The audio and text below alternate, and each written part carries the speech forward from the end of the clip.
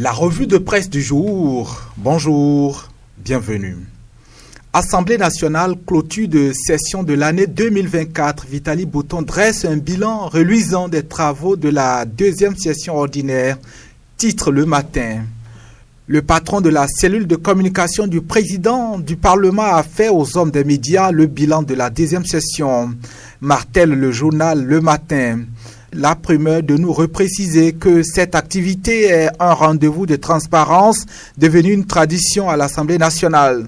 Tradition qui, à l'issue de chaque session, se traduit par un dîner de presse pour un point des activités et initiatives marquantes, explique la primeur qui lève ensuite un coin de voile sur les trois axes des propos de Vitaly Bouton qui informe que la session se résume en cette séance plénière tenue pour 8 dossiers examinés et adoptés.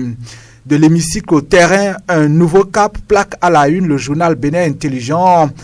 En plus de la production législative, mes confrères se sont intéressés au chantier du contrôle de l'action gouvernementale marqué par plusieurs descentes sur le terrain. À ce titre, nous informe Bénin Intelligent, des députés étaient à Savet, Dassa et Glazeux récemment pour une mission de contrôle du projet de renforcement du système d'alimentation en eau potable des dites localités.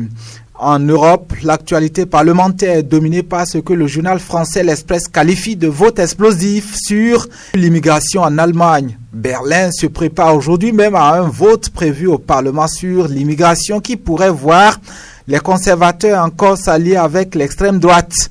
Mes confrères de rapporter qu'au-delà du vote prévu ce jour, c'est justement la question du rapprochement entre les démocrates chrétiens CDU, CSU de Friedrich Merz, favori des sondages pour les élections législatives du 23 février, et l'alternative pour l'Allemagne, AfD, qui crée un séisme politique dans le pays. On lit avec la rédaction de l'Express qu'avant-hier, mercredi, les conservateurs avaient déjà voté avec l'extrême droite de l'AfD une motion à la Chambre des députés visant à refuser l'entrée en Allemagne de tous les étrangers sans papier.